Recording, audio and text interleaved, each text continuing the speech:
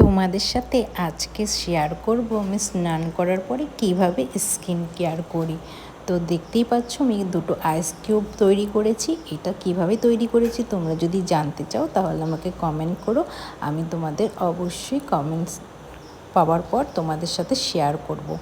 আমি এরকমভাবে অনেক কিছু দিয়ে আইস কিউব তৈরি করি, এক এক দিন এক একটা ইউজ করি। তো আজকে যেটা ইউজ করেছি এটা কি দিয়ে করেছি সেটা তোমাদের অবশ্যই শেয়ার করব। তোমরা কে কে জানতে চাও অবশ্যই কমেন্ট করো। তো এটা ভালোভাবে পুরো মুখে আমি ম্যাসেজ করে চলো এবার মুখটা আমি একটু ধুয়ে আসি। তো দেখো আমি মুখটা ধুয়ে ভালো করে তোয়াল দিয়ে মুখটা ভালো করে মুছে নিলাম। কতটা ক্লিন এবং মসৃণ হয়ে গেছে। আমার আগে প্রচুর ব্রণ হতো, তো এখন অনেকটা মেনটেন করতে করতে ঠিক হয়েছে, এখন আর ব্রণ হয় না।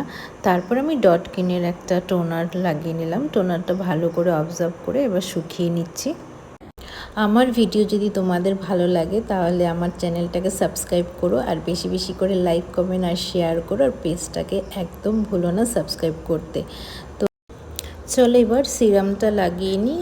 সিরামটা আমাদের স্কিনের জন্য খুবই উপকারী, আর এটা হাইড্রোনিক আছে, তো ভীষণই স্কিনের জন্য ভালো হয়। তো এটা আমি সিরামটা এবার লাগিয়ে নিলাম। বেবি হওয়ার পর চোখের নিচে অনেক ডার্ক সার্কেল পড়ে গেছে, তাই ডক্টর শিটের একটা আন্ডার আই ক্রিম আমি নিয়েছি।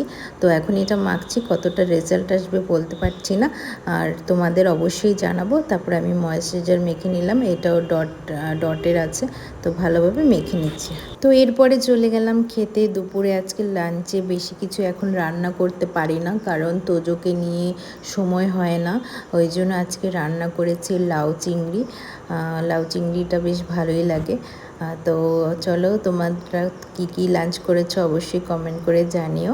আর তারপরে নিলাম হচ্ছে কি দেশি চিকেন করেছিলাম, বেশ গোলবাড়ির স্টাইলে দেশি চিকেন রান্না করেছি। তো সেটা দিয়েই খাওয়া, দুই রকমই রান্না, ব্যাস আর বেশি কিছু রান্না করতে বললাম না, তোজোকে নিয়ে সময় পাই না।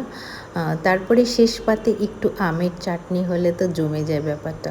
তারপরে একটু একদম জেলি জেলি করে আমের চাটনি। আমার হাজব্যান্ড খুবই চাটনিটা খেতে ভালোবাসে, ওর টক জাতীয় জিনিস হলে খুবই ফেভার করে। তো শেষ পাতে আমের চাটনি দিয়ে শেষ করলাম। সবাই ভালো থেকো, সুস্থ থেকো, টাটা।